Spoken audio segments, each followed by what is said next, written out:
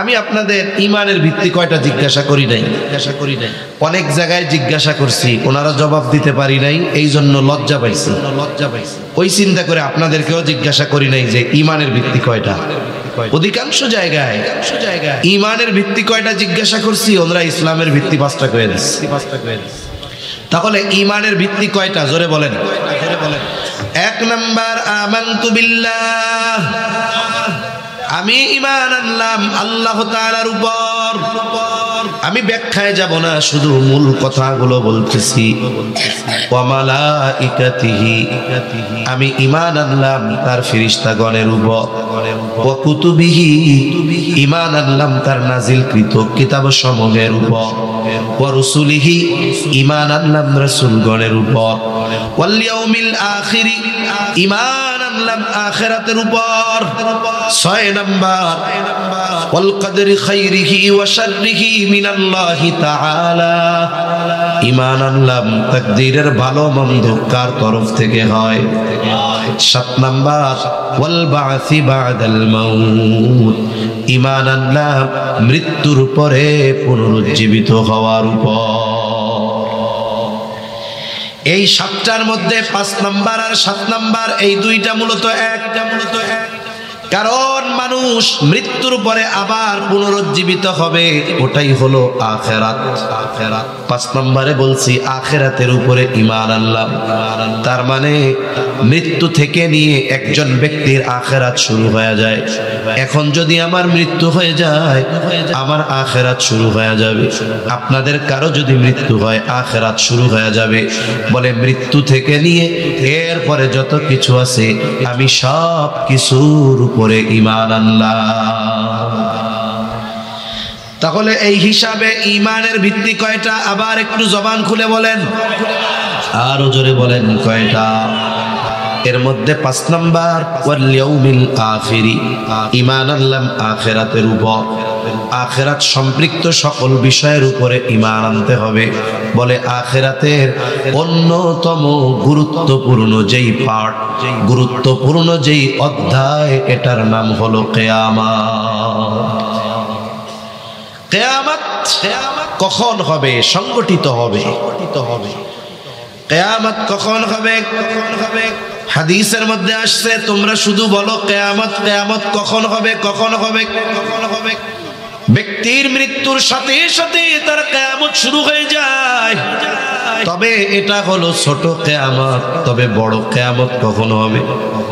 যেই দিন আল্লাহর নির্দেশে ইসরাফিল আলাইহিস সালাম সিংহায় ফুৎকার দিবে, আকাশ খসে পড়বে, পাহাড়গুলো তুলোর ন্যায় উঠতে থাকবে, এই পৃথিবীতে কোনো প্রাণ অবশিষ্ট থাকবে না। এই যে কিয়ামত, সিংহায় ফুৎকার, এটা কখন হবে? এই সময়টা দুনিয়ার কোনো মানুষ বলতে পারে না। তবে কিয়ামতের উপরে যদি কেউ অস্বীকার করে, অবিশ্বাস রাখে, তাহলে তার ঈমান থাকবে না। কিয়ামত হলো পরকালের সবচাইতে গুরুত্বপূর্ণ একটি অংশ। আল্লাহ রাব্বুল আলামিন জানায় দেন, এই কিয়ামতের দিনই আমাদের দুনিয়ার কর্মের হিসাব আল্লাহ তাআলা নিবেন। সাথে সাথে এই কিয়ামতের মাধ্যমে আল্লাহ তাআলা আমাদের দুনিয়ার কর্মের প্রতিদান দিবে। আল্লাহ তাআলা কোরআনুল কারীমের মধ্যে বলেন, ওয়া ইন্নামা তুওয়াফাউনা উজুরাকুম ইয়াউমাল কিয়ামাহ, কিয়ামতের দিন তোমাদের পূর্ণ প্রতিদান দেওয়া হবে। তার মানে আমরা দুনিয়ায় যে আমল করেছি, ওই আমলের পূর্ণ প্রতিদান দুনিয়ায় দেওয়া হয় না, আমাদের আমলের পূর্ণ প্রতিদান দেওয়া হবে কিয়ামতে। এজন্য কিয়ামত অবিশ্বাসী যারা তারা কাফের। এক কথায় আখিরাত সম্পৃক্ত যত বিষয় আছে, কোনগুলো অবিশ্বাস করার কোনো উপায় নাই। আল্লাহ তাআলা কোরআনুল কারীমের মধ্যে জাহান্নামীদের জাহান্নামে যাওয়ার কারণগুলো বর্ণনা করেছেন। জাহান্নামীদেরকে জান্নাতীরা প্রশ্ন করে, মা সালাকাকুম ফি সাকার, কোন জিনিসে তোমাদেরকে সাকারে আনলো, কোন কারণে তোমরা জাহান্নামের অধিবাসী হইলা? এইবার জাহান্নামীরা জাহান্নামে আসার কারণ বলে। লাম নাকু মিনাল মুসাল্লিন। এক নাম্বার বলবে আমরা মুসল্লি ছিলাম না। দুই নাম্বার ওয়ালাম নাকু নুতঈমুল মিসকিন, আমরা মিসকিনদেরকে খানা খাওয়াইতাম না। তিন নাম্বার ওয়া কুন্না নাখুদু মা'আল খাইদিন, আমরা অনর্থক অহেতুক বিতর্কে যারা লিপ্ত হতো তাদের সাথে বসতাম, আমরাও বিতর্কে লিপ্ত হইতাম। চার নাম্বার ওয়া কুন্না নুকাযযিবু বিয়াউমিদ্দিন, আমরা কিয়ামতের দিবসকে অস্বীকার করতাম, প্রতিদান দিবসকে অস্বীকার করতাম। তাহলে বলেন কিয়ামত অস্বীকার করে যে সে ঈমানদার থাকবে না বেঈমান হয়ে যাবে? কিয়ামত সংগঠিত হবেই, এর উপরে আমাদের ঈমান রাখতে হবে। তবে কিয়ামত কখন সংগঠিত হবে এর সুনির্দিষ্ট সময় একমাত্র যিনি জানেন তিনি কে? আল্লাহ ছাড়া সুনির্দিষ্ট সময় কেউ জানে না। যেই আয়াত আপনাদের খেদমতে তিলাওয়াত করেছি, এই আয়াতের মধ্যে আল্লাহ তাআলা গায়েব সম্পৃক্ত 5টি বিষয়ের কথা বলেছেন। কয়টি বিষয়? আর একটু জোরে বলেন কয়টা? 5টা বিষয়ের কথা আল্লাহ তাআলা বলেছেন। অপর আর এক আয়াতে এই 5 বিষয়কে মাফাতিহুল গায়েব, গায়েবের চাবি সমূহ বলা হয়েছে। মুফাসসিরিনে কেরাম বলেন এই অদৃশ্যের সাথে সম্পৃক্ত যেই 5টি বিষয়ের কথা আল্লাহ তাআলা বলেছেন গায়েবের চাবি সমূহ, মুফাসসিরিনে কেরাম বলেন পৃথিবীতে যত গায়েব সম্পৃক্ত বিষয় আছে সবগুলো কোনো না কোনো ভাবে এই 5টি বিষয়ের সাথে সম্পৃক্ত। আর মুমিনদের পরিচয় দিতে গিয়ে সর্বপ্রথম গায়েবের উপরে ঈমান আনার কথা বলেছেন কে? পবিত্র কোরআনুল কারীমের সর্ববৃহৎ সূরা ফাতিহা, সূরা বাকারা সর্বপ্রথম সূরা ফাতিহা, এরপর সূরা বাকারার শুরুতেই আল্লাহ তাআলা বলেন আলিফ লাম মিম যালিকাল কিতাবু লা রাইবা ফীহি হুদাল লিল মুত্তাকিন। আলিফ লাম মিম এর অর্থ একমাত্র যিনি জানেন তিনি কে? এরপরে আল্লাহ তাআলা বলেন যালিকাল কিতাবু লা রাইবা ফীহি হুদাল লিল মুত্তাকিন। যালিকাল কিতাব, এই কিতাবের মধ্যে কোনো সন্দেহ নাই, লা রাইবা ফীহি হুদাল লিল মুত্তাকিন, এই কিতাব এই কোরআন হলো মুত্তাকিনদের জন্য পথপ্রদর্শক। বলে মুত্তাকি কারা? যখন কোন ব্যক্তি ঈমান আনয়ন করে সেও মুত্তাকি হয়ে যায়। মুফাসসিরিনে কেরাম বলেন ঈমান আনার মাধ্যমে একজন ব্যক্তি তাকওয়ার সর্বনিম্ন স্তরে অবস্থান করে। এই জন্য যিনি ঈমান আনেন তিনিও মুত্তাকি। আল্লাহ তাআলা ঈমানদারদের পরিচয় দিতে গিয়ে বলেন আল্লাযীনা ইউমিনুনা বিল গায়ব। ঈমানদার কারা? কাদের জন্য কোরআন পথ প্রদর্শক? মুত্তাকির সর্বনিম্ন স্তর ঈমান আনার মাধ্যমে অর্জিত হয়। এখন এই ঈমানদার কারা? বলে আল্লাযীনা ইউমিনুনা বিল গায়ব, যারা ঈমান এনেছে গায়েবের উপর। সুবহানাল্লাহ, সুবহানাল্লাহ। আল্লাহকে দেখি নাই, আল্লাহ গায়েব। ঈমান এনেছি, আনছি ইয়ারি নাই, ঈমান এনেছি। এই জন্য গায়েবে সম্পৃক্ত বিষয়গুলোর ব্যাপারে সতর্ক থাকা দরকার। আমাদের সমাজে অনেক মানুষ আছে নামাজ পড়ে, আবার জাগতিক লাইনে উচ্চ শিক্ষিত, দেখা যায় লজিক দেয়, বলে যেটা দেখা যায় না সেটা আমরা মানি না। সবকিছু তো আসলেও দেখা যায়, ব্যথা দেখা যায় না, কষ্ট দেখা যায় না, ব্যথা দেখানো যায়, এটা তো অনুভব হয়।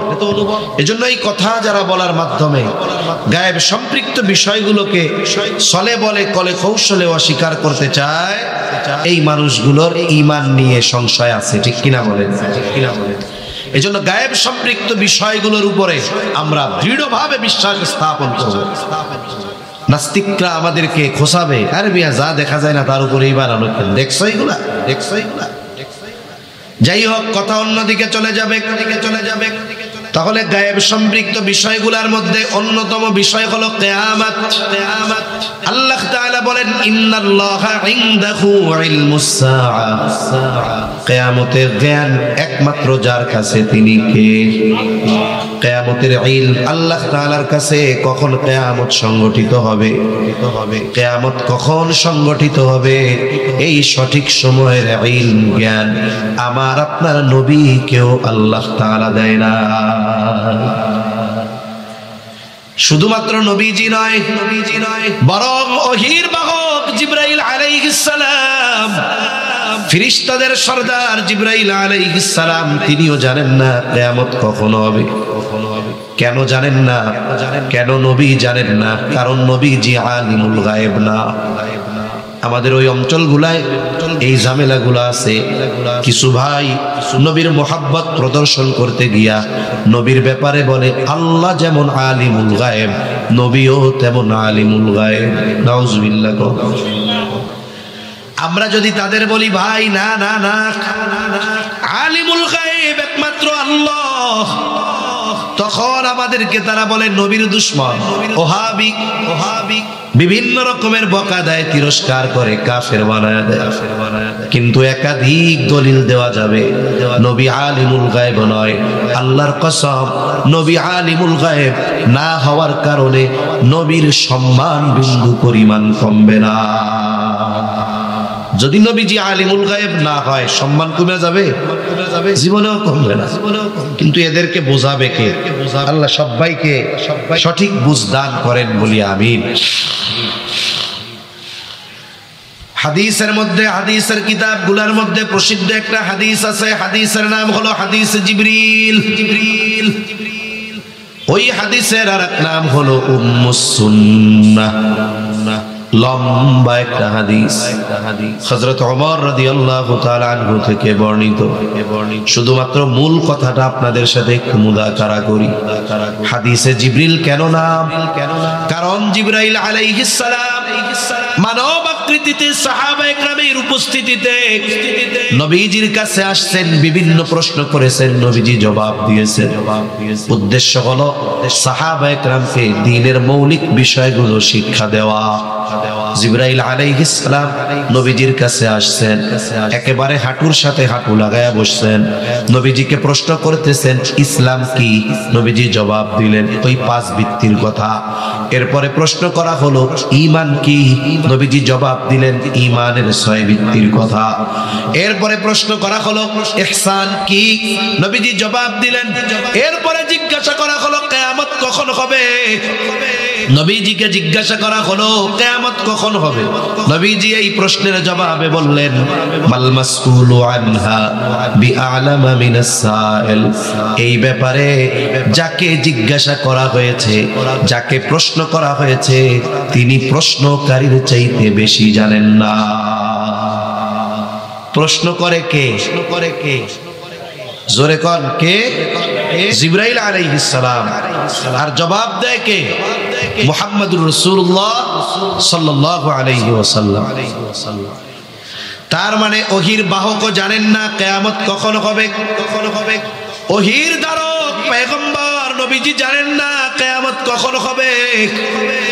এইবার জিবরাইল আলাইহিস সালাম প্রশ্ন করেছে, চাইলে কিছু আলামত বলেন। আলামত নবীজি সাল্লাল্লাহু আলাইহি ওয়াসাল্লাম এই হাদিসের মধ্যে 2টা আলামতের কথা বলেছেন। কয়টা আলামত?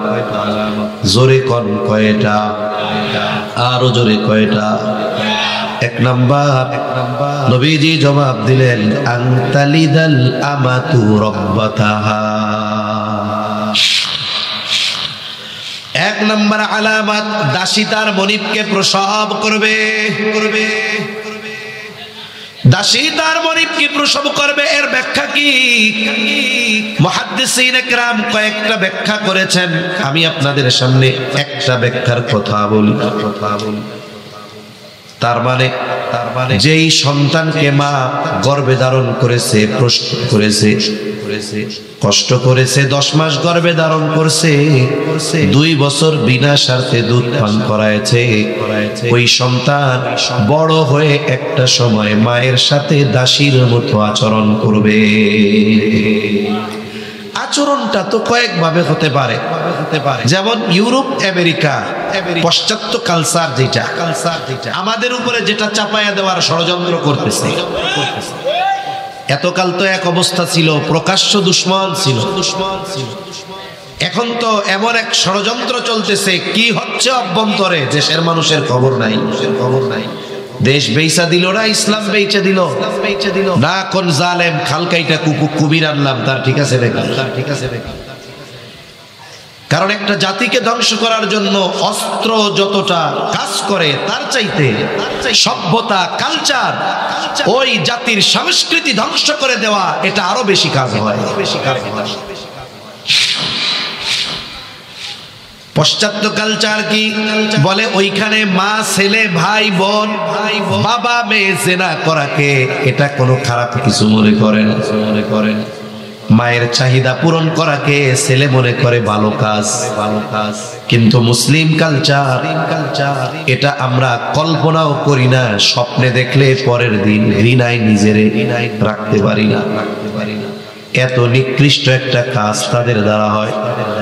মুসলিম সমাজে এমনটা হয় না, তবে এমনটা তো হয় যেই মা জীবনের সর্বস্ব ত্যাগ করে সন্তানকে লেখাপড়া শেখায়, ওই সন্তান যখন টাকা পয়সার মালিক হয়, গাড়ি বাড়ির মালিক হয়ে যায়, ওই সন্তানের কাছে তার মা বোঝা হয়ে যায়।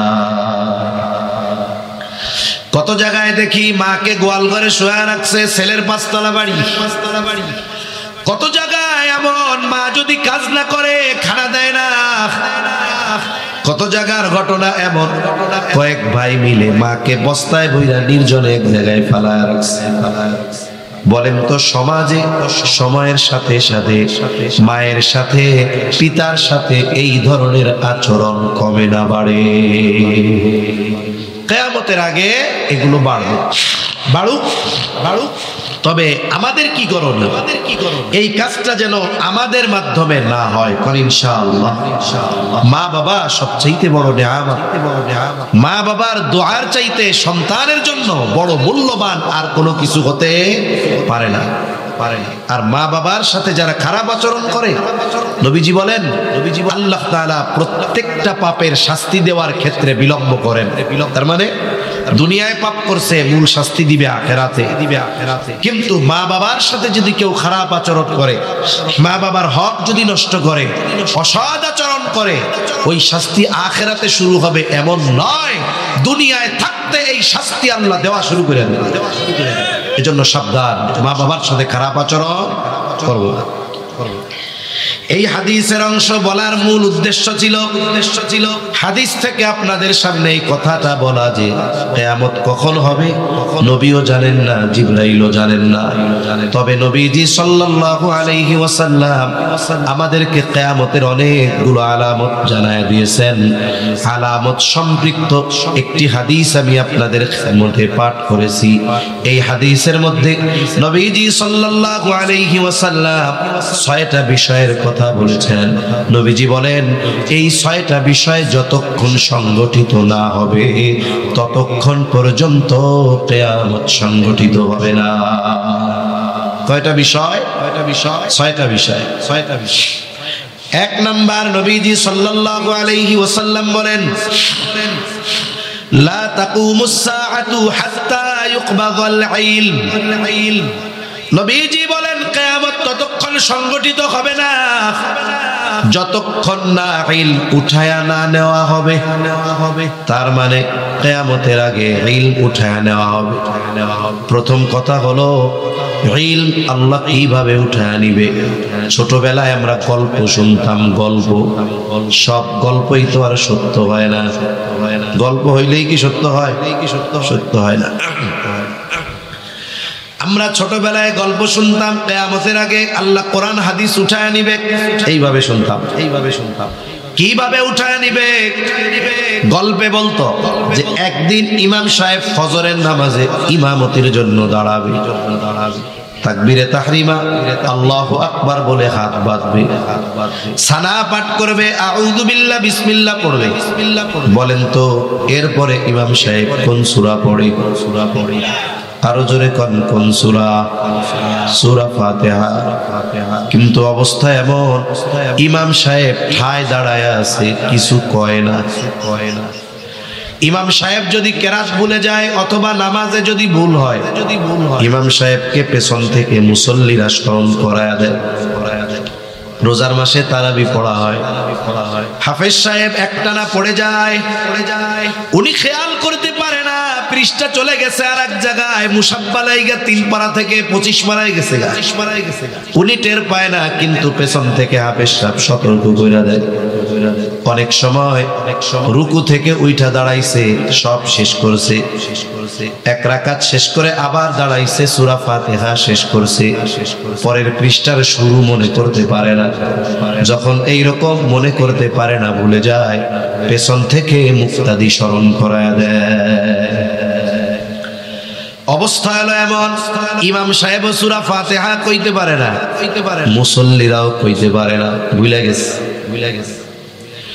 ইমাম সাহেব এবার নামাজ ছেড়ে দিয়া মসজিদের তাক থেকে কোরআন হাতে নিয়া সূরা ফাতিহার উপরে একটু নজর বুলানোর ইচ্ছা করলো।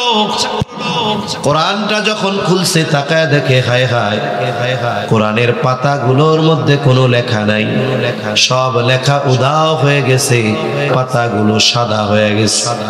ছোটবেলায় শুনতাম এইভাবে রাতের বেলা হঠাৎ করে আল্লাহ কোরআন হাদিসের লেখা উঠায় নিবে, এইভাবে ইলম উঠে যাবে। কিন্তু বাস্তবতা এমন নয়। ইলম কিভাবে আল্লাহ উঠায় নিবেন নবীজি সেটা জানায় দিয়েছে। ইলম আল্লাহ কিভাবে উঠাবে, কিভাবে। চা থাকলে একটু চা দিয়ে, যদি থাকে, চিনি ছাড়া রং চাই না, ভালো হয়। ইলম আল্লাহ কিভাবে উঠায় নিবেন নবীজি জানায় দিয়েছে।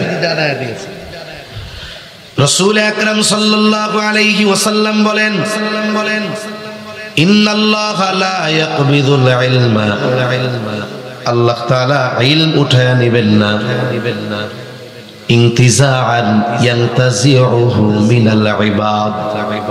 আল্লাহ তাআলা তার বান্দা, আরেক বর্ণনায় আসছে নাস, মানুষ, আল্লাহ তাআলা তার বান্দাদের অন্তর থেকে একত্রে ইলম আল্লাহ উঠায় নিবেন না। তবে কেমনে আল্লাহ ইলম উঠায় নিবেন? নবীজি বলেন, ওয়ালাকি ইয়াকবিদুল ইলমা বিকবদিল উলামা, বরং আল্লাহ তাআলা আলেমদেরকে উঠায় নেওয়ার মাধ্যমে ইলম উঠায় নিবে। কোরআন থাকবে, লেখা থাকবে, সব থাকবে, কিন্তু ওই কোরআন হাদিস বোঝার আর পূর্ণ আমল করার মানুষ থাকবে না।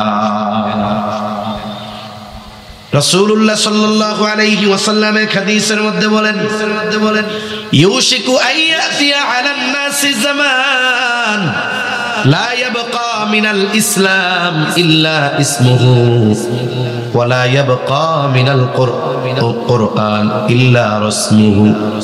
নবীজি বলেন, অচিরেই এমন এক জামানা আসবে যেই জামানায় ইসলাম শুধু নামে মাত্র থাকবে। ইসলাম নামে মাত্র থাকবে, প্রকৃতপক্ষে ইসলাম কারো মধ্যে থাকবে না। সংখ্যা হবে লাখ লাখ, কোটি কোটি। আমরা অনেক সময় হিসাব করি যে পৃথিবীতে 250 কোটি মুসলমান, সময়ের সাথে সাথে সংখ্যা বাড়তেছে। আমরা চিন্তা করি আমাদের দেশে 92, 93, কেউ বলে 95% মুসলমান। বলি মুসলমানের সংখ্যা এত, সংখ্যা আছে ঠিক, কিন্তু মাগার পরিপূর্ণ ইসলাম আমাদের মধ্যে নাই।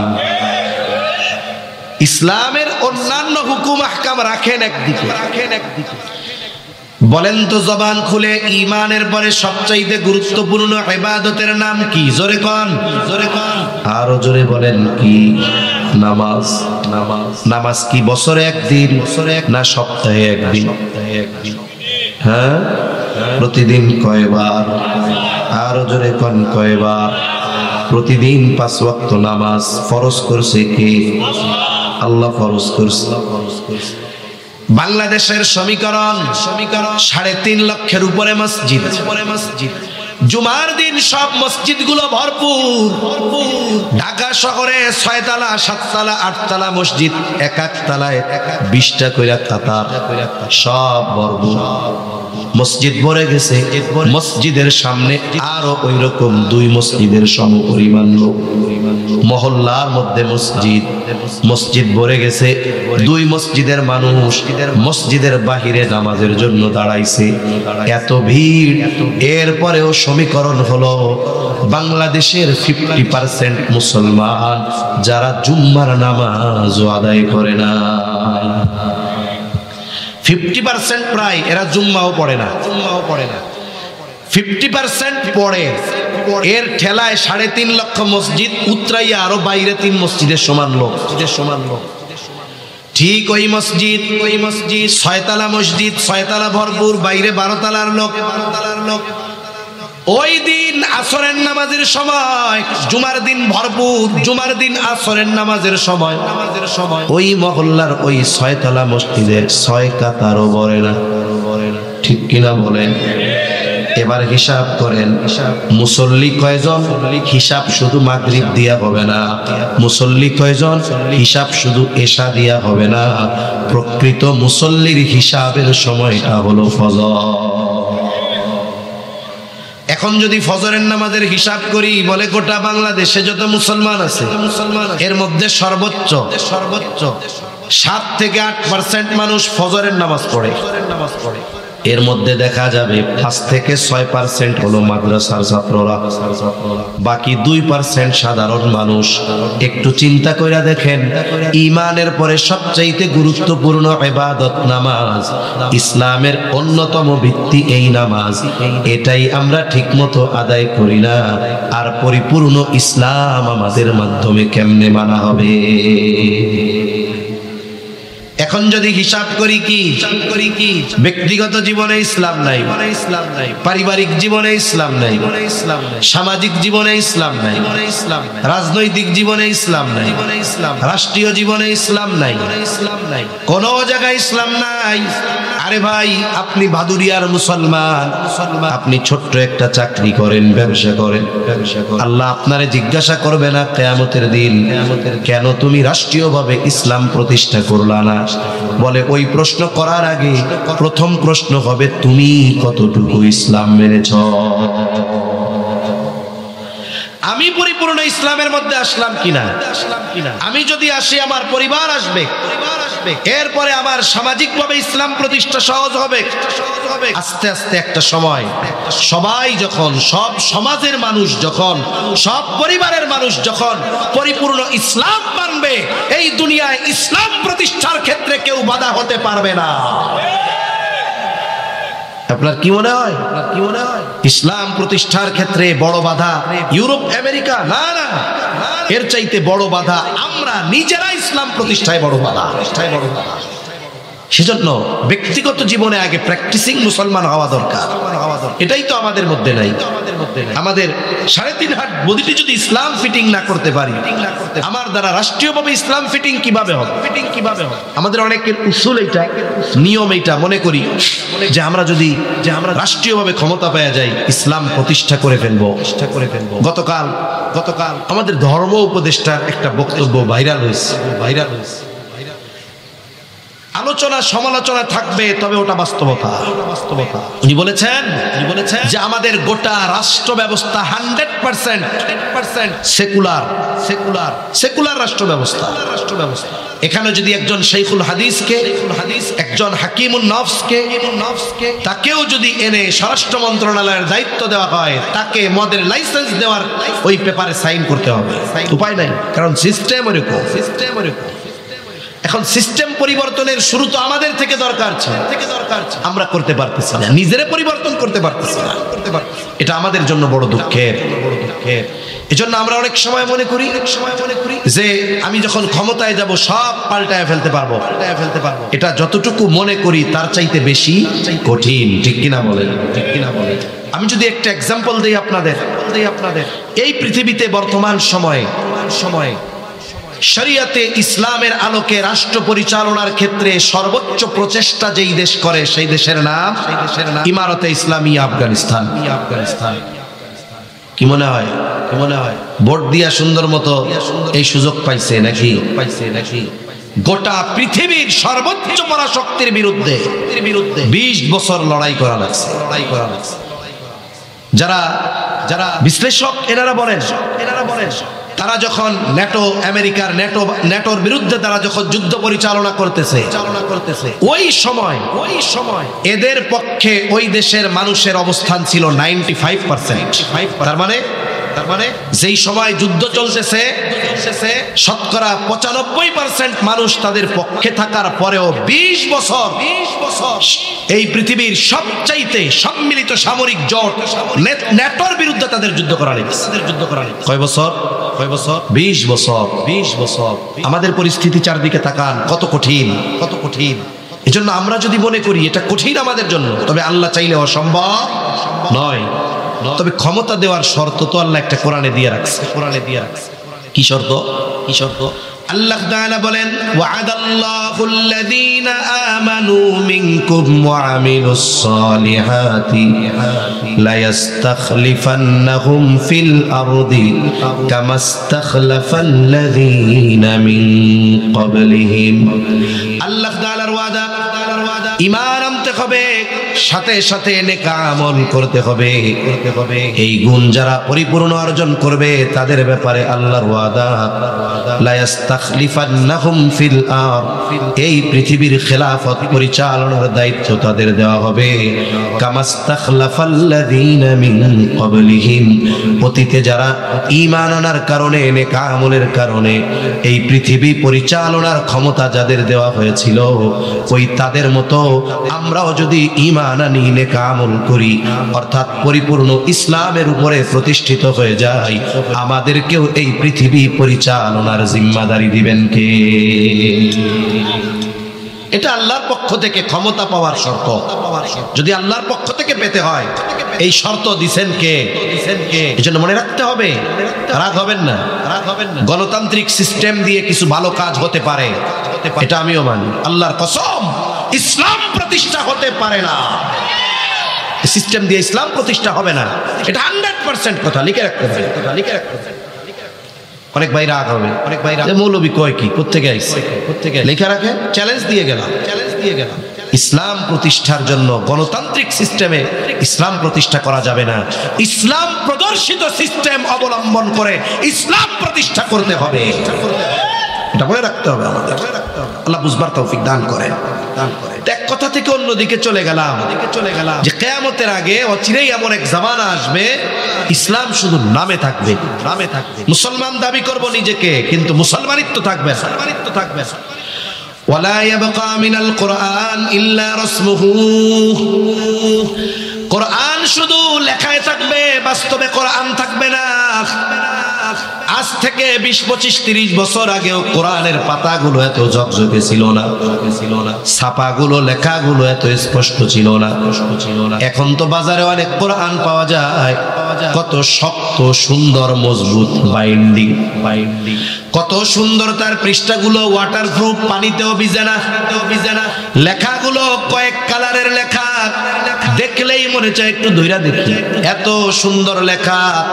কিন্তু বলেন তো এই যে কোরআনের ছাপা উন্নত হলো, লেখা উন্নত হলো, ফ্রন্ট গুলো সুন্দর হলো, বাইন্ডিং গুলো আরো ভালো হলো, কিন্তু সময়ের সাথে সাথে এইগুলার উন্নতি হয়েছে ঠিক, কিন্তু কোরআনের আমল আর তিলাওয়াত উন্নতি হয়েছে নাকি?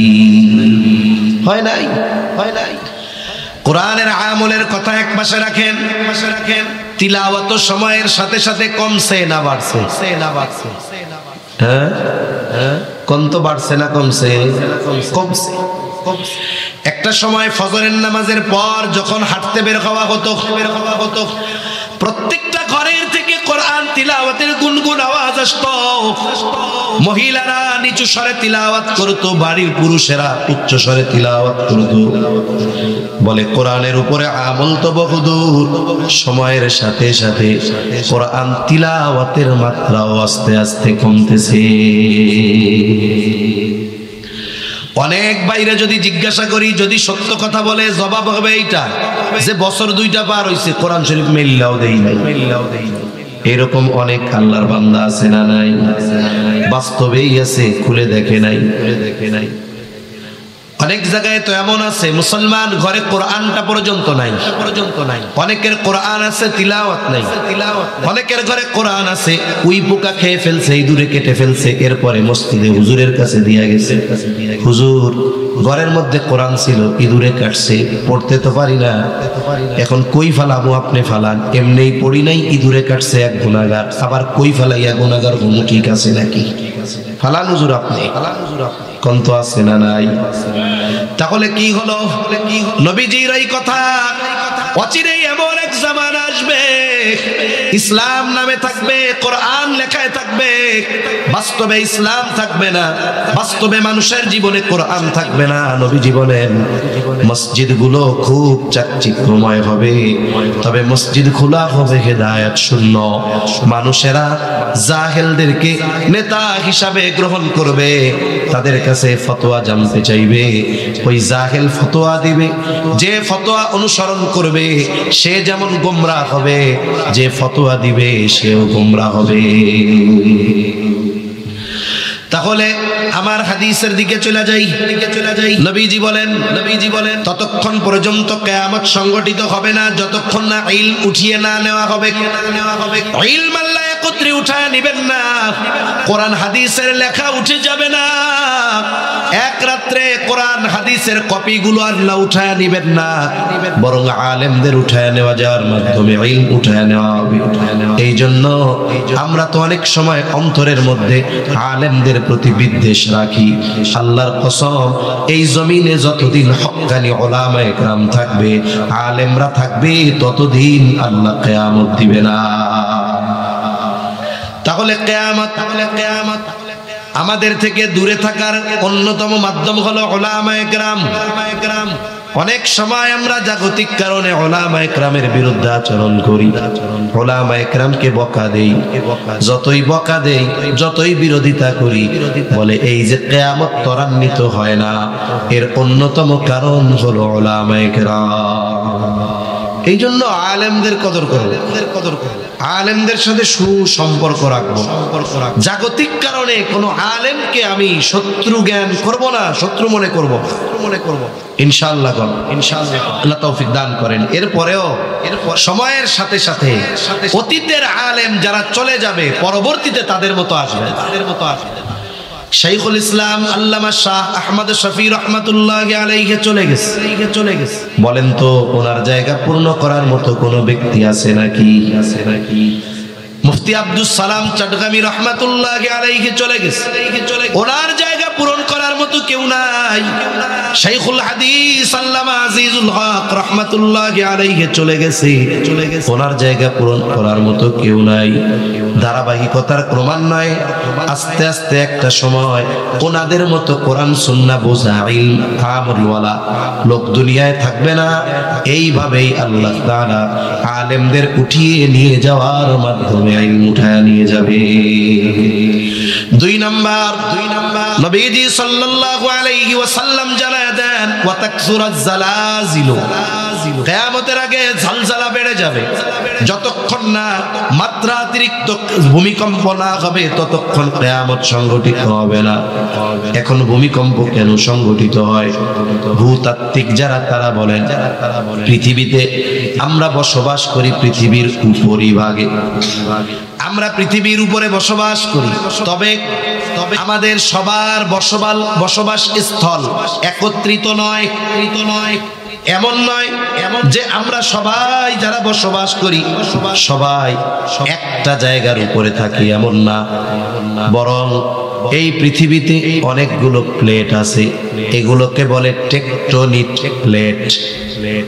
মনে করেন বোঝানোর জন্য এই যে একটা প্লেট, এইটার উপরে এশিয়া মহাদেশ, আলাদা আরেকটা প্লেট, এটার উপরে আফ্রিকা মহাদেশ, আরেকটা আলাদা প্লেট, এটার উপরে ইউরোপ মহাদেশ। এইভাবে আলাদা আলাদা এক একটা জায়গার উপরে আমরা বসবাস করি। এই প্লেটগুলো পাশাপাশি অবস্থানরত এবং এগুলো ভূগর্ভে এদের চলাচল হয়, চলাচল মানে নড়াচড়া করে। কতটুকু নড়াচড়া করে? বলে এক একটা টেকটনিক প্লেট বছরে 10 থেকে 16 সেন্টিমিটার পর্যন্ত চলাচল করে, নড়াচড়া করে, মাত্র 16 সেন্টিমিটার। এই চলাচলের কারণে পৃথিবীতে সর্বক্ষণ ভূমিকম্প হতে থাকে। তবে আমরা মানুষ 2, 2.5, 3 মাত্রা 4 মাত্রার ভূমিকম্প হলেও টের পাই না। যখন 16 সেন্টিমিটার নড়াচড়া হয়, যখন গতিটা থাকে কত? বছরে 16 সেন্টিমিটার এই গতিতে চলতেছে, এটা তো চোখেও ধরা পড়বে না। বলে এতটুকু গতিতে যখন নড়ে, তখন যদি 3.5 মাত্রার ভূমিকম্প হয়, 16 দুগুণী 32, এখন গতিটা যদি বেড়ে বছরে 32 সেন্টিমিটার গতি হয়ে যায়, তাহলে ভূমিকম্প হবে 7 মাত্রা। কয় মাত্রা? কথা বুঝেন নাই মনে হয়। কে বোঝেন নাই? হাতুসা করেন। কথা কি বুঝেন? বুঝছেন তো না ঘুমাসতেছেন? আরে ইনশাআল্লাহ তো ভবিষ্যতে বুঝবেন। এখন কইতেছি, এখন না বুঝলে হবে? আচ্ছা। তাহলে যদি প্রতি বছরে গতি থাকে 16 সেন্টিমিটার, কোন সময় যদি ওই গতি বেড়ে 32 সেন্টিমিটার হয়, তাহলে 16 সেন্টিমিটারে যদি 3.5 মাত্রার ভূমিকম্প হয়, এর দ্বিগুণ 32 সেন্টিমিটারে ভূমিকম্প হবে কয় মাত্রার? 7 মাত্রা। 7 মাত্রার ভূমিকম্প যখন হয়, তখন কি হয় জানেন? তুরস্কে ভূমিকম্প হয়েছে। উঁচু অট্টালিকাগুলো মুহূর্তের মধ্যে তছনছ হয়ে গেছে। আফগানিস্তানে হয়েছে, মুহূর্তের ভিতরে তছনছ হয়েছে। বেশ কয়েক বছর আগে জাপানে হয়েছে, তছনছ হয়ে গেছে। এই যে কিছুদিন আগে থাইল্যান্ড মায়ানমার সীমান্তে ভূমিকম্প। সর্বাধুনিক প্রযুক্তি ব্যবহার করে নির্মাণ করা উঁচু বিল্ডিং গুলো কেমন যেন এইরকম বাতাসের সাথে নড়তেছে। কিয়ামতের আগে এই ধরনের বড় বড় ভূমিকম্প আরো বেড়ে যাবে। এখন ইমানদার সে তো এই জাগতিক বিপর্যয় শুধুমাত্র দুনিয়ার ওই বিশ্লেষক যারা তাদের কথার উপরে মেনে নিবে না, বরং এই ধরনের বিপর্যয়কে ইমানদার ব্যক্তি কোরআন হাদিসের নজর দিয়ে বিশ্লেষণ করে। তাহলে ভূমিকম্প বাড়ার কারণ কি? ভূতাত্ত্বিকরা বলে এটা হলো টেকটনিক প্লেটের নড়াচড়ার কারণে। আর ভূমিকম্প কেন বাড়ে, এই বিপর্যয় কেন হয়? আল্লাহ তাআলার কোরআন থেকে জবাব নেন। আল্লাহ তাআলা বলেন, যাখারাল ফাসাদু ফিল বাররি ওয়াল বাহরি বিমা কাসাবাত আইদিন নাস। আল্লাহ তাআলা বলেন, জল স্থলের যত বিপর্যয়, এগুলো সব মানুষের হাতের কামাই। তার মানে ভূমিকম্প, অতিবৃষ্টি, অনাবৃষ্টি, সিডর, আইলা, লাইলা, জলোচ্ছ্বাস, সুনামি, যা কিছু বলেন না কেন, এগুলো হওয়ার কারণ হলো আমরা, আমাদের পাপ। ঠিক কিনা কর? তবে একটা বিষয় মনে রাখতে হবে, আল্লাহ তাআলা ভূমিকম্প দিয়া, সিডর, আইলা, লাইলা দিয়া আমাদেরকে সমূলে শেষ করে দিতে চান না। এগুলো কেন দেয়? বলে এগুলো দিয়ে আল্লাহ সতর্ক করে যে বান্দা, তুমি পাপের পথ থেকে ফিরে আমার দিকে আসো। আল্লাহ তাআলা বলেন, লিউযীকাহুম বা'দাল্লাযী আমিলু লাআল্লাহুম ইয়ারজিউন। আমাদের আমলের কারণে এই শাস্তি কেন আল্লাহ সাধন করায়? আল্লাহ বলেন, লিউযীকাহুম বা'দাল্লাযী আমিলু লাআল্লাহুম ইয়ারজিউন, যাতে করে তারা প্রত্যাবর্তন করে, ফিরে আসে পাপের পথ থেকে। কার পথে? জোরে বলেন, আল্লাহর পথে। এজন্য ভূমিকম্প বাড়ার অন্যতম কারণ হলো পাপ। এখন কোন কোন পাপ বাড়লে ভূমিকম্প বাড়তে পারে? নবীজির অনেক হাদিসের মধ্যে জানায়া দিয়েছেন, ভূমিকম্প বাড়ার, ভূমিধসের অন্যতম কারণ সমাজে যখন পাপাচার, অনাচার বেড়ে যায়, যখন ওজনে কম দেওয়া বেড়ে যায়, জুলুম বেড়ে যায়, মদপান বেড়ে যায়, অশ্লীলতা, বেহায়াপনা, নৃত্য বেড়ে যায়, সমাজে যখন এইগুলা বাড়ে, তখন ভূমিকম্প বেড়ে যায়। আগের চাইতে ভূমিকম্প বাড়ছে কেন? বলে বদআমল বেড়েছে না কমেছে? অবস্থা তো এমন দেখলাম যেই বিষয়গুলো রাষ্ট্র কর্তৃক নিষিদ্ধ এমন বিষয়গুলো রাষ্ট্রীয় পৃষ্ঠপোষকতায় হয়, ঠিক কিনা? লালনের মেলায় কি দেখলাম, কয় রাষ্ট্রীয়ভাবে গাঁজা খাওয়ার পারমিশন দিতে হবে, অথচ মাদকের বিরুদ্ধে জিরো টলারেন্স। আর ওই জায়গায় মদের গাঁজার আসর হবে, প্রোটোকল দেওয়া লাগতেছে। গজব বাড়বে না কমবে? আমার তো ভয় হয়, ওই পাশেই তো পারমাণবিক বিদ্যুৎ কেন্দ্র, ওইটা যদি ব্লাস্ট হয় কি অবস্থা হবে আল্লাহ জানে। এমনিই তো দেশের মেগা প্রকল্পগুলোর মধ্যে মেগা দুর্নীতি হয়েছে, যার কারণে মেট্রো রেলের মতো সেনসিটিভ একটা প্রজেক্ট, এইখানেও নিম্নমানের ম্যাটেরিয়ালস ব্যবহার করা হয়েছে। আফসোসের ব্যাপার, ওইটা সিটকে একজন পথচারীর মাথায় পড়ছে, সে স্পট ডেড, 150 কেজি ওজন। এটা যদি মাথায় পড়ে, এটা তো বেঁচে থাকা অসম্ভব। আফসোসের ব্যাপার, কি পরিহাস করা হলো ওই পরিবারের সাথে। উচিত তো ছিল সুষ্ঠু তদন্ত করা, কেন এমনটা হলো। এই নিম্নমানের ম্যাটেরিয়ালসের অনুমোদন কে দিল, কারা ইম্পোর্ট করলো, কাদের ইশারায় এটাকে এই জায়গায় যাওয়া হলো। তদন্ত করে বের করে কঠিন শাস্তি দেওয়ার দরকার ছিল। আমাদের গভর্নমেন্ট কি করলো? দায় সারা 5 লাখ টাকা ওই নিহত পরিবারকে দিয়ে তারা দায় মুক্তি নিয়ে নিল। অথচ এই বাজারে স্বর্ণের দাম 2.5 লাখ টাকা, ঠিক কিনা কন? একটা মানুষের জীবনের দাম মাত্র 5 লক্ষ টাকা। রাষ্ট্রীয় পৃষ্ঠপোষকতায় পাপ বাড়তেছে। এখন বলেন তো, সময়ের সাথে সাথে ভূমিকম্প বাড়বে না কমবে? তবে খবরদার, এই পাপ যেন আমার আপনার মাধ্যমে না হয়। সমাজে বাড়বে পাপ, রাষ্ট্রে বাড়বে পাপ, রাষ্ট্রীয় পৃষ্ঠপোষকতায় বাড়বে পাপ, কিন্তু আমার আপনার নিয়ত থাকবে যেই সব কারণে আল্লাহ তাআলা জলে স্থলে বিপর্যয় দেয়, এই ধরনের কোন কাজ আমরা করব না ইনশাআল্লাহ।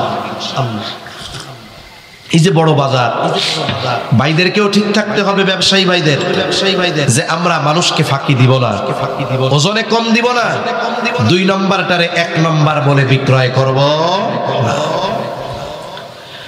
কারণ ব্যবসা এটা রিজিকের 10 ভাগের 9 ভাগ ব্যবসার মধ্যে আল্লাহ রাখছে। একজন ব্যবসায়ী ব্যবসার মাধ্যমে শুধু সম্পদ উপার্জন করতে পারে তা নয়, বরং সে তার নীতি নৈতিকতাকে টিকিয়ে রাখার মাধ্যমে এই ব্যবসা তার জন্য ইবাদতে পরিগণিত হয়।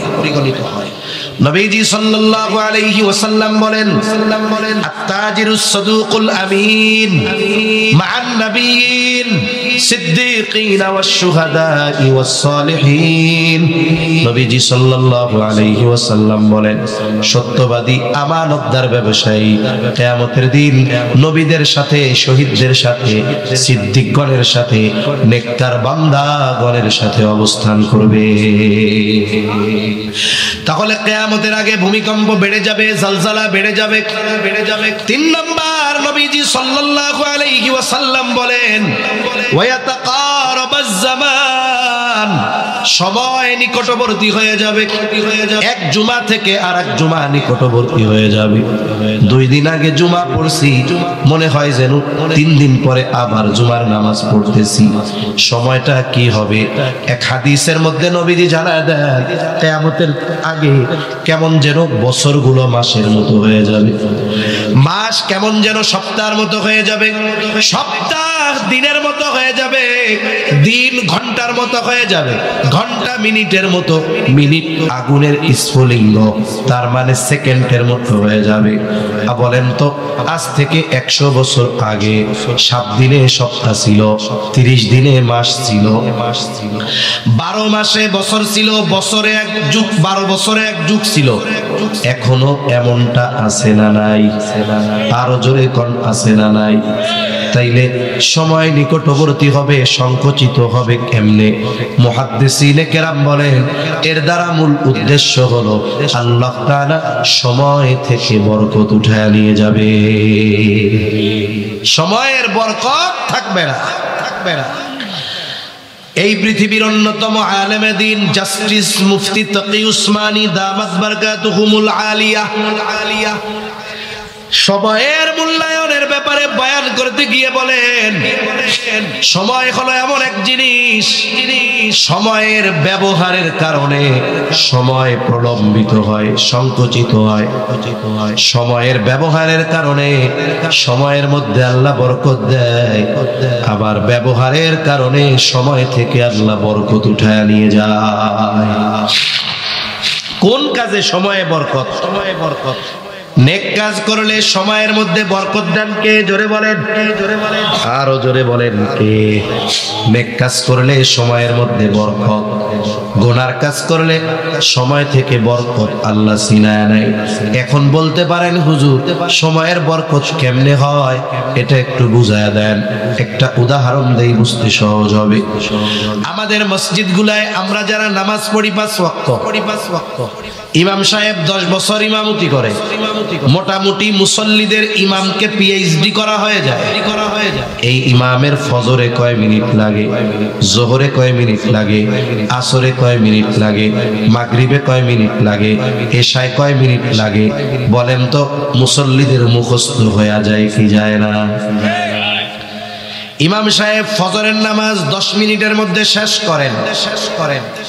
ইমাম সাহেব ফজরের নামাজে দাঁড়াইলেন, সামনে ঘড়ি আছে, মুসল্লিরাও দেখে। অন্যান্য দিন তাকবীরে তাহরিমার 5 মিনিট পরে তিনি বা 4 মিনিট পরে তিনি প্রথমবার রুকুতে যায়। 5:30 ফজরের নামাজ শুরু হইল, হিসাব ছিল 5:35 উনি সেজদায় থাকবে। সামনে ঘড়ি 35 বাজে গেছে, ইমাম এখন রুকুতে যায় না। 36 বাজে গেছে, এখন ইমাম সাহেব চিন্তা করছে অন্যান্য দিন সূরা দাহর দিয়ে 2 রাকাত পড়াইয়া, আজকে 1 রাকাতে পুরা সূরাটাই তিলাওয়াত করব।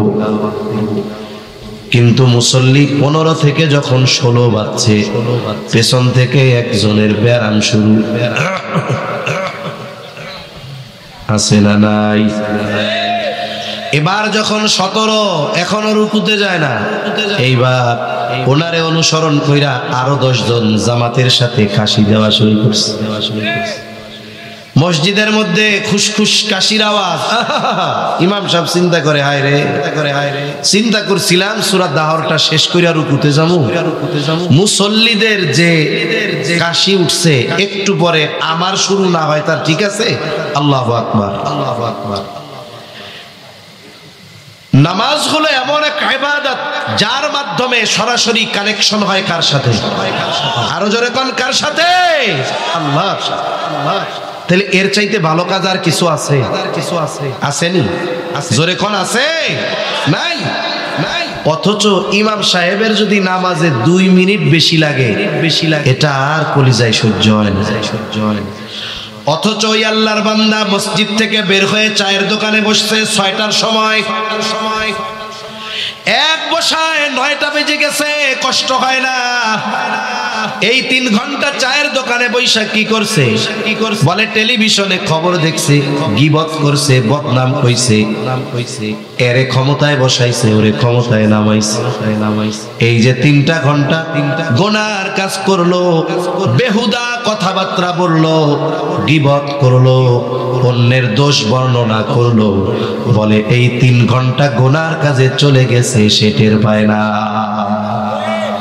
অথচ কোরআন শরীফ ধরায় দেন, 2 পৃষ্ঠা পড়বে 5 মিনিটে, 6 মিনিটের মাথায় মাজা ব্যথা, কোমর ব্যথা, গলা ব্যথা, জিহ্বা ব্যথা। আর বসে থাকা যায় না হুজুর, কত কবে না। রোজার মাসে তারাবি পড়ে, বছরে একটা মাস খোঁজে কোন মসজিদে তাড়াতাড়ি হয়। এক মসজিদে বিতির আর তারাবি সহ 35 মিনিটে শেষ হয়। পরের দিন আইসা কয়, হুজুর কি তারাবি পড়া, বুঝলাম না। আপনাগো 36 মিনিট লাগে যায়, আর ওরা 35 মিনিটে শেষ করে ফেলে। কালকের থেকে যদি 34 মিনিটে না হয়, তাইরা এই মসজিদে নামাজও পড়বো না, টাকা পয়সাও দিব না। 2টা মিনিট বেশি মসজিদে থাকবে এটা সহ্য হয় না, এই 2 মিনিট অনেক লম্বা মনে হয়, ঠিক কিনা বলেন? জুমার দিন দেখেন, কোনো মতে ঠেল্লা ইমামের সাথে কোনো মতে রুকু ধরে, দেরি কইরা আসলি, আরে একটু সুন্নাত পড়া ধীরে সুস্থে যা, সালাম ফিরাইতে দেরি, সালাম ফিরাইয়া মুখটা সোজা করার আগে পেছন দিকে দৌড় দিবে কেমনে? মনে হয় যে এই 5-6 মিনিট ওর গার মধ্যে আগুন ধরে গেছে, ঠিক কিনা কন? এই সময়টা অনেক লম্বা কেন লাগে? তাহলে ভালো কাজে ব্যয় হচ্ছে এই জন্য। আর চায়ের দোকানে ঘন্টার পর ঘন্টা চলে যায়, ফেসবুকে ঘন্টার পর ঘন্টা চলে যায়, কষ্ট লাগে না কেন? কয় এটা তো গুনার কাজ, এই সময় দ্রুত চলে যায়, বরকত শূন্য হয়ে যায়। এই সময় হলো, হায়াত হলো আল্লাহ প্রদত্ত দামি নেয়ামতগুলোর মধ্যে অন্যতম নেয়ামত। মানুষ যখন মারা যায়, যেই মানুষ দুনিয়ায় নেকের কাজ করে নাই, ভালো কাজ করে নাই, ও মারা যাওয়ার পরে আল্লাহ তাআলার কাছে আফসোস করে দোয়া করে। মরা মানুষ কথা বলে, তবে আমরা শুনতে পারি না। শোনে কে? আল্লাহর নামে এত আস্তে কোন কে? জোরে কোন কে? আল্লাহ। মরা মানুষ কথা বলে, যদি দুনিয়ার মানুষ শুনতে পাইতো, নবীজি বলেন, তাইলে দাফন কাফন বাদ দিয়া দিত ভয়ে। যেই মানুষগুলো দুনিয়ায় সময়কে কাজে লাগায় নাই, সময়গুলা গোনার কাজে কাটায় দিয়েছে, চায়ের দোকানে ওয়াকেতুক মজলিসে কাটায় দিছে, ওই মানুষগুলো মৃত্যুর পরে সময়ের মূল্য বুঝতে পারবে, কিন্তু করার কিছু থাকবে না। ওই মানুষগুলো আল্লাহর কাছে দোয়া করে বলে, আয় আল্লাহ, আয় রব, লাউলা আখরতানি ইলা আজালিন করিব। ও রব, যদি আমাদেরকে কিছু সময়ের জন্য অবকাশ দেওয়া হইতো, আবার যদি কিছু মুহূর্তের জন্য দুনিয়ায় পাঠায়া দিতেন, একটু হায়াত দিয়া যদি দুনিয়ায় পাঠাইতেন মালিক। দুনিয়ায় সময় ছিল, সম্পদ ছিল, কিন্তু দান সাদকা করি নাই। সময় ছিল, নামাজ পড়ি নাই। সময় ছিল, দ্বীনি কাজে সময়গুলারে ব্যয় করি নাই।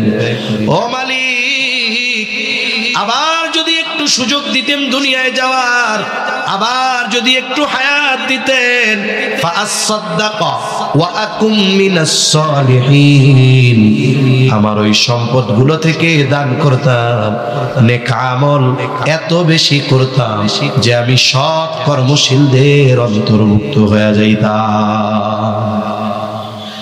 বলেন তো, ওই সময় ওই ব্যক্তি যত আবেগ নিয়ে, দরদ নিয়ে আল্লাহর কাছে একটু সময় চাইবে, যত দরদ নিয়ে চাক না কেন, একটা সেকেন্ডের জন্য তারে সময় দেওয়া হবে নাকি? আরো জোরে বলেন, দেওয়া হবে না? তাইলে একটু নিজের প্রশ্ন করেন, ওই সময়ের জন্য মৃত্যুর পরে মানুষ কত আফসোস করবে। ওই সময় এখন আমার হাতে আছে, কেন আমি আমার সময়টারে চায়ের দোকানে কাটাই? কেন আমি আমার সময়টারে গোনার মজলিসে কাটায় দেই? কেন আমি আমার সময়টারে ফেসবুকে কাটায় দেই? আফসোস করতে হবে রে ভাই, ওই দিন সময়ের মূল্য বুঝে আসবে, কিন্তু করার কিছু থাকবে না। এই জন্য দুনিয়ায় থাকতে থাকতে সময়টাকে নেকের কাজের মাধ্যমে বরকতময় করব, কোন ইনশাআল্লাহ। 4 নাম্বার, নবীজি সাল্লাল্লাহু আলাইহি ওয়াসাল্লাম বলেন, ওয়া তাযহারাল ফিতান, কিয়ামতের আগে ফিতনা প্রকাশ পাবে। মুহাদ্দিসিনে কেরাম বলেন, এই ফিতনা দ্বারা উদ্দেশ্য হলো দাজ্জালের ফিতনা। দাজ্জালের আবির্ভাব না হওয়া পর্যন্ত কিয়ামত সংগঠিত হবে না। তবে দাজ্জাল হঠাৎ করে চলে আসবে না। দাজ্জাল আসার আগে একের পর এক দাজ্জাল আগমনের ক্ষেত্র তৈরি করার জন্য একের পর এক ফিতনা আসতে থাকবে। এই যে কাদিয়ানি ফিতনা, এটা দাজ্জাল আগমনের রাস্তাকে সুগম করতেছে। আহলে কোরআন ফিতনা, দাজ্জাল আগমনের রাস্তাকে সুগম করতেছে। এই উম্মতের উপরে ফিতনা কেমন ভাবে পতিত হবে? বলে, তসবির দানা ছিঁড়ে গেলে যেমন একটার পর একটা দানা জমিনে পতিত হয়, এই উম্মতের উপর একের পর এক ফিতনা আসতে থাকবে। আর সবচাইতে বড় ফিতনা হলো দাজ্জালের ফিতনা। নবীজি উম্মতের ব্যাপারে বড় রহম দিল। এই ফিতনা তো আসবে, তবে উম্মত কেমনে এই ফিতনা থেকে বাঁচবে নবীজি সাল্লাল্লাহু আলাইহি ওয়াসাল্লাম আমল শিখায়া দিয়েছেন দাজ্জালের ফিতনা থেকে কেমনে বাঁচবা উম্মত নবীজি জানায় দেন জুমার দিন সূরা কাহাফের আমল যারা করবে কমপক্ষে সূরা কাহাফের প্রথম 10 আয়াতের আমল নবীজি বলেন আল্লাহ তাআলা তাদেরকে দাজ্জালের ফিতনা থেকে হেফাজত করবে ফিতনা তো দাজ্জালের ফিতনা থেকে হেফাজত করবে আল্লাহ তবে উলামায়ে কেরাম বলেন যেই আমল দাজ্জালের মতো মহা ফিতনা থেকে উম্মতকে হেফাজত করতে পারে ওই আমল যদি উম্মত নিজের জন্য লাজিম বানায় নেয় নিজের জন্য জরুরি বানায় নেয় বলে আমরাও সূরা কাহফের আমলটা নিজের জন্য জরুরি বানাবো গোটা সূরা পারি না কমপক্ষে 10 আয়াত পড়ব কমপক্ষে কয় আয়াত এ মিয়া আপনি যদি আপনার মসজিদের ইমামকে বলেন যে ইমাম সাহেব আমরা তো কোরআন পড়তে পারি না হুজুর তো কইলো হাদিসে আছে নাকি সূরা কাহফের কমপক্ষে প্রথম 10 আয়াতের আমল করলে আল্লাহ দাজ্জালের ফিতনা থেকে হেফাজত করে আমরা তো পড়তে পারি না আপনি একটু তিলাওয়াত করে আমাদের শোনান আপনাকে মসজিদের ইমাম সাহেব বলবে নাকি যে সূরা কাহফের 10 আয়াত শুনতে হইলে আলাদা বেতন দেওয়া লাগবে এ কথা বলবে জোরে বলেন বলবে কিন্তু আমরা ইচ্ছুক না এটা আমাদের জন্য আফসোসের এজন্য বুজুর্গানে দিন বলেন সূরা কাহফের কমপক্ষে প্রথম 10 আয়াতের আমল কেমন লাজিম বানাবো জরুরি বানাবো না খাইয়া আল্লাহ চাইলে 2-4 দিন বেঁচে থাকা যাবে কিন্তু আপনাদের গোটা দিনাজপুর নয় গোটা বাংলাদেশে এইরকম একজন লোক দেখান শ্বাস প্রশ্বাস অক্সিজেন নেওয়া কার্বন ডাই অক্সাইড ছাড়া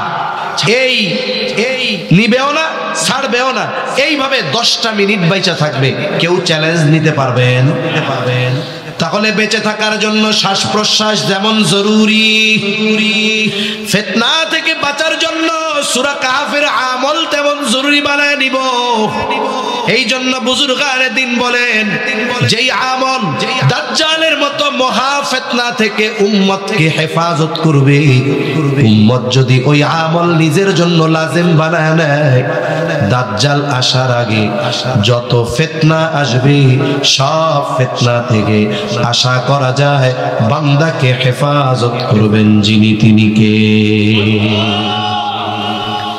তাহলে আগামী জুমা থেকে সূরা কাহফের 10 আয়াতের আমল নিজে না পড়তে পারলেও আরেকজনকে দিয়ে তিলাওয়াত করায় শুই না আমল করার মধ্যে আমি অন্তর্ভুক্ত হব কারা কারা হাত উঁচা করি নারায়ে তাকবীর নারায়ে তাকবীর মাশাআল্লাহ বলে থাকে জানি 5 নাম্বার নবীজি সাল্লাল্লাহু আলাইহি ওয়াসাল্লাম বলেন ওয়া তাকসুরুল হারাজ ওয়া হুয়াল কাতলুল কাতল নবীজি বলেন কিয়ামতের আগে হারজ বেড়ে যাবে যতক্ষণ না হারজ না বাড়বে ততক্ষণ পর্যন্ত কিয়ামত সংগঠিত হবে না সাহাবায়ে কেরাম জিজ্ঞাসা করলো ইয়া রাসূলুল্লাহ আমরা তো প্রতি বছর যুদ্ধের ময়দানে হাজার হাজার মুশরিকদের হত্যা করি এটাও কি হারজ নাকি নবীজি বললেন না এটা হারজ নয় হারজ হলো কতলুল কতল হারজ যুদ্ধের ময়দানে কাফেরদের বিরুদ্ধে যেই হত্যা এটা নয় বরং হারজ হলো পারস্পরিক নিজেদের মধ্যে হত্যাকাণ্ড বেড়ে যাবে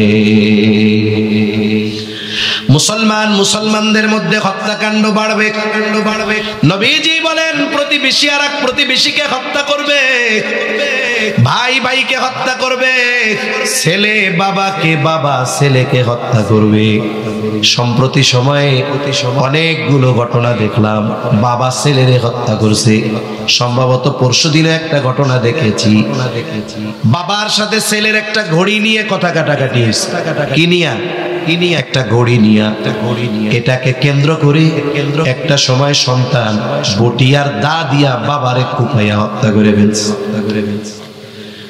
আত্মীয় স্বজন পারস্পরিক হত্যাকাণ্ড বাড়বে পারিবারিক কারণে হত্যাকাণ্ড বাড়বে সামাজিক রাজনৈতিক কারণে হত্যাকাণ্ড বাড়বে এই দেশে এমনও ঘটনা ঘটছে, 2 টাকা দোকানদার বাকি পায়, 2 টাকা বাকি চাইছে, এই ক্ষোভে হত্যা করে ফেলছে। হায় রে আফসোস আফসোস। গতকালকের ঘটনা সম্ভবত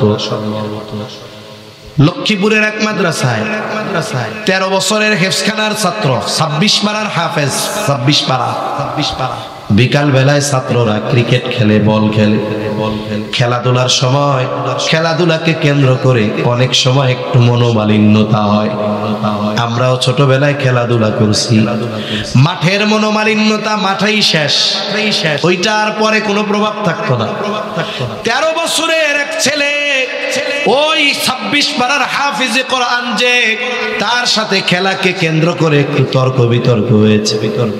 রাগে ক্ষোভে রাতের বেলায় 26 পাড়া হাফেজ যেই ছেলেটা, সে ঘুমায় আছে, 13 বছরের ছেলেটা ছুরি নিয়া নৃশংস ভাবে তাকে জবাই করেছে। রামাগো সময় 13 বছরের পোলাপানের নাক দিয়া হিঙ্গুন জড়ত, ল্যাংটা হইয়া সাঁতার কাটত। 13 বছরে এখন হত্যা করে ফেলতেছে। হারাজ কি পরিমাণ বেড়েছে এই পৃথিবীতে। আমরা তো আফসোস করি গোটা পৃথিবীতে মুসলমানদেরকে কাফেররা মাইরা শেষ করে ফেলবে।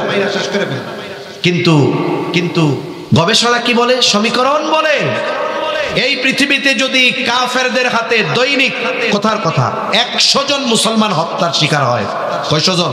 100 জন। তাহলে এই পৃথিবীতে প্রতিদিন এক মুসলমানের হাতে অপর মুসলমানের হত্যাকাণ্ডের সংখ্যা কমপক্ষে 1000 হবে। এখন বলেন, কাফেররা মুসলমানদের হত্যা বেশি করে না মুসলমানেরা মুসলমানদের হত্যা বেশি করে? আমরা আমাদের নিজেদেরকে হত্যা বেশি।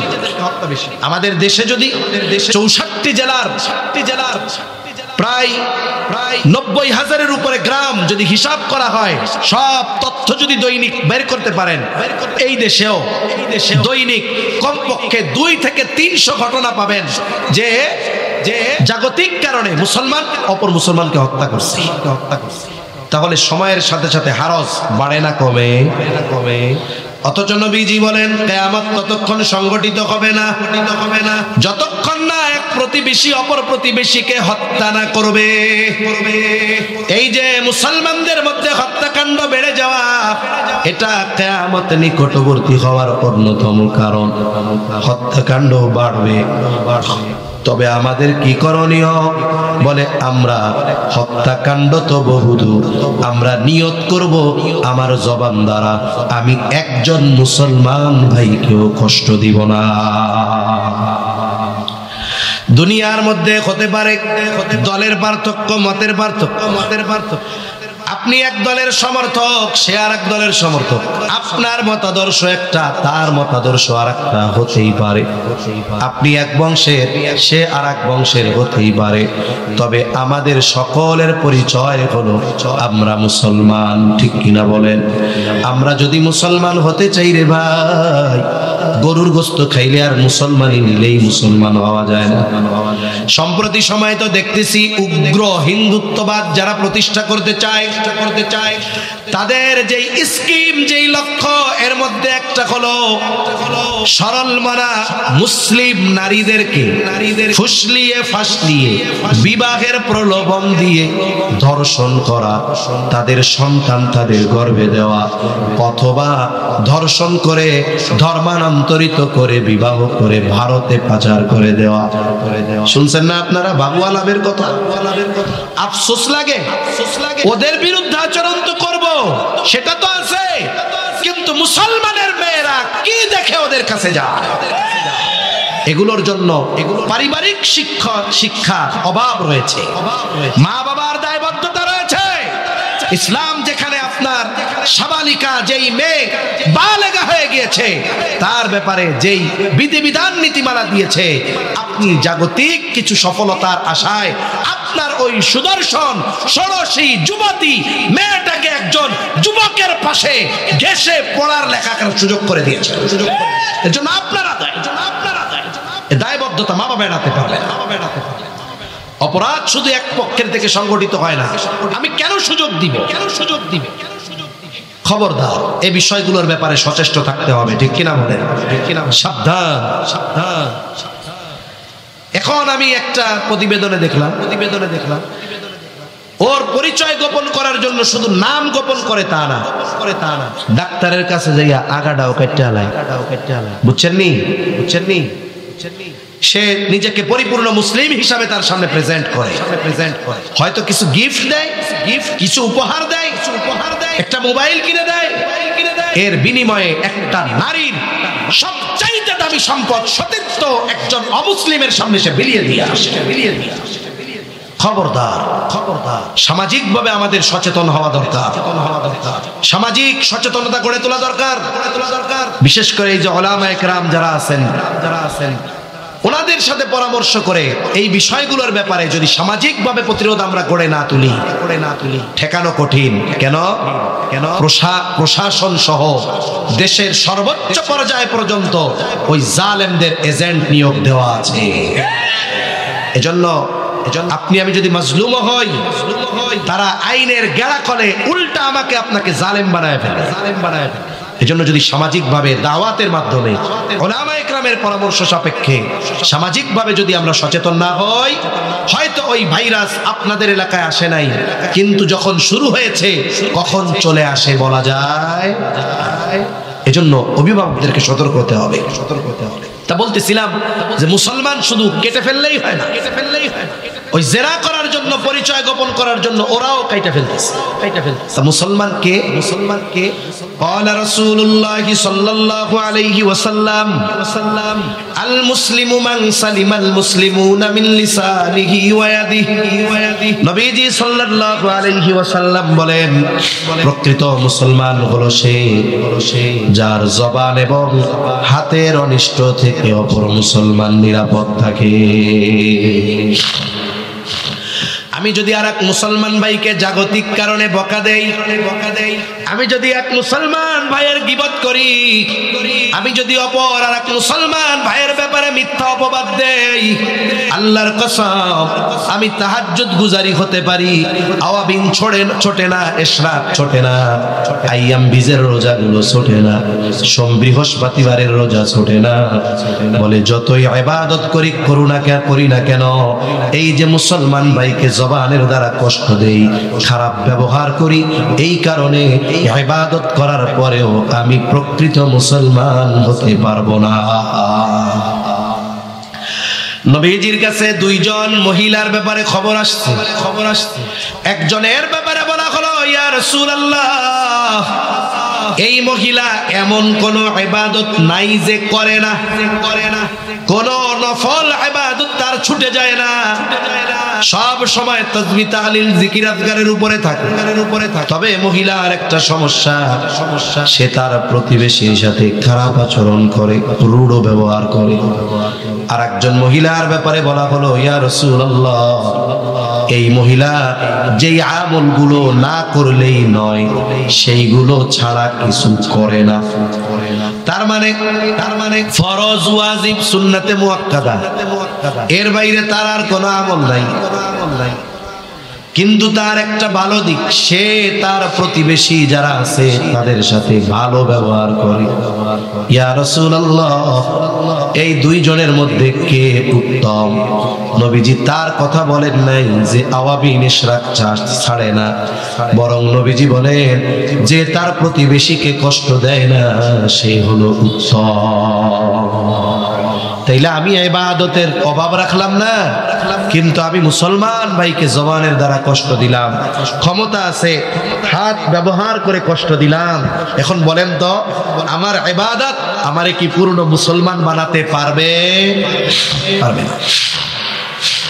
এজন্য নবীজি সাল্লাল্লাহু আলাইহি ওয়াসাল্লাম আর হাদিসের মধ্যে বলেন, সিবাবুল মুমিনি ফুসুকুন ওয়া কিতালুহু কুফর। নবীজি বলেন মুমিনকে গালি দেওয়া ফাসিকি, হত্যা করা কুফরি। যেই মুমিন অপর মুমিনের ব্যাপারে জবানকে নিয়ন্ত্রিত করতে পারবে, জবানকে সংযত করতে পারবে, আশা করা যায় ওই মুমিন তার দ্বারা কখনো অপর মুমিন মুসলিম ভাইয়ের গায়ে কখনো হাত উঠবে না। এজন্য জবান নিয়ন্ত্রণ করব কর ইনশাআল্লাহ। কারণ এই জবানের কারণে তুচ্ছ বিষয়কে কেন্দ্র করে বড় বড় ঘটনা সংঘটিত হয়। শব্দ উচ্চারণ নিয়ে গ্যাঞ্জাম লাইগা দুই গ্রামের অনেকজন মানুষ মারা গেছে, জেলখানায় গেছে, আহত হয়েছে। করোনাকালীন সময় রাজবাড়ী জেলায় দুইজনের মধ্যে তর্ক লাগছে। একজনে কয় মুখে যেটা লাগাইতে হবে ওইটা হলো মাস্ক, আর একজনে কয় ওইটা হলো মাস্ক। একজনে কইছে মাস্ক, আর একজনে বলছে মাস্ক।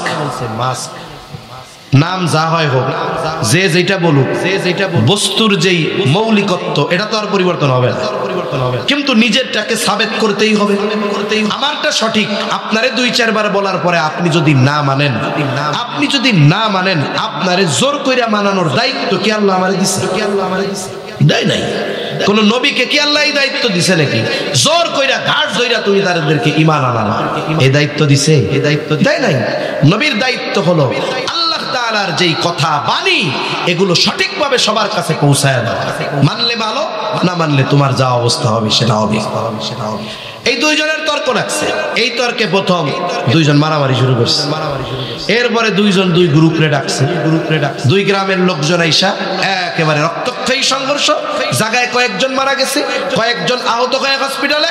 দুই গ্রুপ থেকে পুলিশের মামলা বাণিজ্য, ওরা মারামারি কর, অসুবিধা নেই, লাগতো আমাকে। ঠিক কিনা বলেন? তাহলে মুসলমান আজকে থেকে আমাদের নিজের উপরে নিজের প্রতিজ্ঞা হবে, আমার দলের না হোক, আমার মতের না হোক, কিন্তু সে যদি ইমানদার হয়, আমি আমার ওই ইমানদার ভাইকে আমার জবানের দ্বারা কথার মাধ্যমেও একটা কষ্ট দিব না। করেন ইনশাআল্লাহ, তৌফিক দান করে। আমাদের মধ্যে বিভেদ শুধুমাত্র এই জবানের কারণে আমাদের মধ্যে বিভেদ বেশি। একই মসজিদে নামাজ পড়ি, আসলে আমাদের অন্তর যোজন দূরত্ব। এভাবে যদি চলতে থাকে একটা সময় যতটুকু শক্তি সঞ্চয় করার অবস্থা আছে এটাও আমাদের থাকবে না। জালেমরা সমূলে আমাদেরকে নিশ্চিহ্ন করে দেবে। শুধুমাত্র সংখ্যায় থাকবো ৯২% মুসলমান, কিন্তু মুসলমানিত্ব নিয়ে, টুপি নিয়ে, দাড়ি নিয়ে, ইসলাম নিয়ে এই ভূখণ্ডে বসবাস করা কঠিন হয়ে যাবে। এজন্য খবরদার, এক মুসলমান অপর মুসলমানের উপরে সর্বোচ্চ হৃদ্রতা প্রদর্শন করব আমরা। বলেন ইনশাআল্লাহ। হত্যাকাণ্ড তো বহু দুঃখ। আমাদের মেহমান চলে আসছে না? আসছে না? আচ্ছা, আলহামদুলিল্লাহ বলেন। জোরে বলেন আলহামদুলিল্লাহ। আমাদের আজকের এই ইসলামী মহাসম্মেলনের মধ্যমণি যিনি জাগ্রত কবি আল্লামা মুহিব খান, যার প্রতিটা সঙ্গীত আমাদের হৃদয়ের মধ্যে এক ধরনের ভাব আনে, ইমানি জজবা নিয়ে আসে। ঠিক কিনা বলেন? হযরত চলে আসছেন, আমি আমার কথা গুছায় আনতেছি ইনশাআল্লাহ। তাহলে আজকে থেকে আমাদের প্রতিজ্ঞা কি? আমরা আমাদের জবান দিয়েও একটা মুসলমান ভাইকে কষ্ট দিব। ৬ নাম্বার, নবীজি সাল্লাল্লাহু আলাইহি ওয়াসাল্লাম বলেন, হাত্তা ইয়াকসুরা ফীকুমুল মালু ফায়াফিদু। নবীজি সাল্লাল্লাহু আলাইহি ওয়াসাল্লাম জানায় দেন, যতক্ষণ না মুসলমানদের এই যে সম্পদ উপচিয়ে পড়বে ততক্ষণ পর্যন্ত কিয়ামত সংগঠিত হবে না। মুহাদ্দিসিনে কেরাম বলেন এই অবস্থা হবে তখন ঈসা আলাইহিস সালাম দাজ্জালকে হত্যা করবে। এরপরে গোটা পৃথিবীর আনাচে কানাচে ইসলাম ছড়িয়ে পড়বে। পৃথিবীর একটা মানুষ বাকি থাকবে না যে ইসলামের বাহিরে। আল্লাহ তাআলা জমিনকে সর্বোচ্চ উর্বর করে দিবেন, যথা সময়ে বৃষ্টি হবে, বরকত রহমত যথাযথ পরিমাণ আসবে, মানুষের সম্পদ এত পরিমাণ বেড়ে যাবে যে মানুষ আর একজনকে সাদকা করবে এমন কোন মানুষ সে খুঁজে পাবে না। তাহলে কিয়ামত কখন সংগঠিত হবে এর সুনির্দিষ্ট সময় যিনি জানেন তিনি কে? আরো জোরে বলেন কে? ওই পাঁচটা বিষয়ের দিকে এবার চলে যাই, কথা শেষের দিক। আল্লাহ তাআলা বলেন ইন্নাল্লাহা ইনদাহু ইলমুস সাআহ, কিয়ামত কখন সংগঠিত হবে এই ইলম একমাত্র আল্লাহ তাআলার নিকট।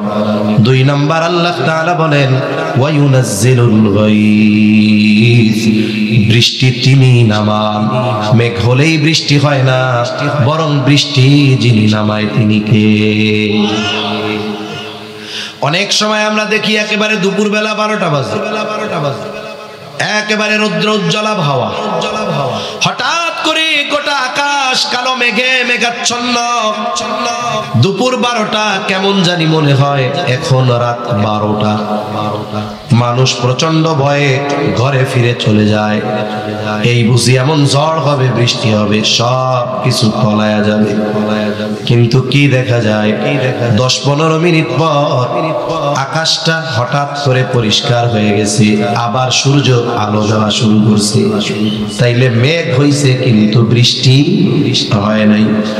আবার অনেক সময় আমরা দেখতে পাই এমন আকাশের কোথাও কোনো মেঘ নাই, আকাশ মাথার উপরে পরিষ্কার, আশেপাশে কোনো মেঘ নাই। হঠাৎ করে 20 মিনিট এমন বৃষ্টি নামছে, শুকনা জায়গায় নিরা পানি। হয় কি হয় না? তার মানে বৃষ্টি মেঘ হলেই হয় না, বরং বৃষ্টি যিনি নামান তিনি কে? এরপরে আল্লাহ তাআলা বলেন ওয়া ইয়ালামু মা ফিল আরহাম। চলে আসছে? আচ্ছা, তাকবীর দেন, নারায়ে তাকবীর, আর জোরে নারায়ে তাকবীর। জাগ্রত কবির আগমন, নারায়ে তাকবীর, নারায়ে তাকবীর। মাশাআল্লাহ, যারা এখনো ঘোরাফেরা করতেছেন আপনারা সবাই তাড়াতাড়ি এসে চেপে চেপে মিশে মিশে বসে যান। তাহলে আল্লাহ তাআলা 3 নাম্বার গায়েবের বিষয়টা হলো ইয়ালামু মা ফিল আরহাম, মায়ের রেহেমে কি আছে, ছেলে না মেয়ে, যিনি জানেন তিনি কে? আল্ট্রাসোনোগ্রাফির মাধ্যমে জানা যায় অনেক পরে, কিন্তু এর আগে যখন রক্তপিণ্ড মাংসপিণ্ড থাকে, দুনিয়ার কোনো বিজ্ঞানে কথা বলতে পারে না যে এই রক্ত এই মাংস ছেলে হবে না মেয়ে হবে, কিন্তু বলতে পারেন কে? এরপরে আল্লাহ বলেন ওয়ামা তাদরি নাফসুম মাযা তাকসিবু গাদা, কেউ জানে না সে আগামীকাল কি উপার্জন করবে। আজকে যে কোটিপতি সে জানে না আগামীকাল তার সম্পদ থাকবে কিনা। আজকে যে অভাবে আছে সে বলতে পারে না যে আগামী দিন তার এই অবস্থা থাকবে কিনা। এজন্য 2টা বিষয় মনে রাখা, সচ্ছলতার সাথে থাকলে অহংকার না করা, অভাবে কষ্টে থাকলে সর্বোচ্চ হতাশায় না ডুবা, কারণ আগামী দিন কার কপালে কি আছে যিনি জানেন তিনি কে। এরপরে আল্লাহ বলেন কেউ জানে না কোন জমিনে তার মৃত্যু হবে, কারণ মানুষের যেখানে আল্লাহ মৃত্যু লিখে রাখছেন ঠিক আল্লাহ তাআলা প্রয়োজন সৃষ্টি করে হলেও তাকে ওই জায়গায় নিয়ে যাবেন। যথা স্থানে যথা সময়ে আমাদের মৃত্যু নির্ধারিত করে রেখেছেন কে? আরো জোরে বলেন কে? এই যে গায়েব সম্পৃক্ত বিষয়গুলোর উপরে আমরা আমাদের বিশ্বাসে কোনো যদি কমতি থাকে, এই ত্রুটিগুলো দূর করে সর্বোচ্চ দৃঢ়তার সাথে গায়েবের বিষয়গুলোর উপরে আমরা বিশ্বাস ঈমান আনবো তো ইনশাআল্লাহ।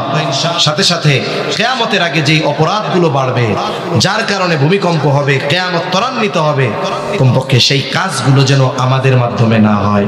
আর অনুরোধ করব আমরা এই জাগতিক কারণকে সামনে রেখে আমাদের মধ্যে বিভেদ অনৈক্য বাড়াবো না। জোরে কোন ইনশাআল্লাহ।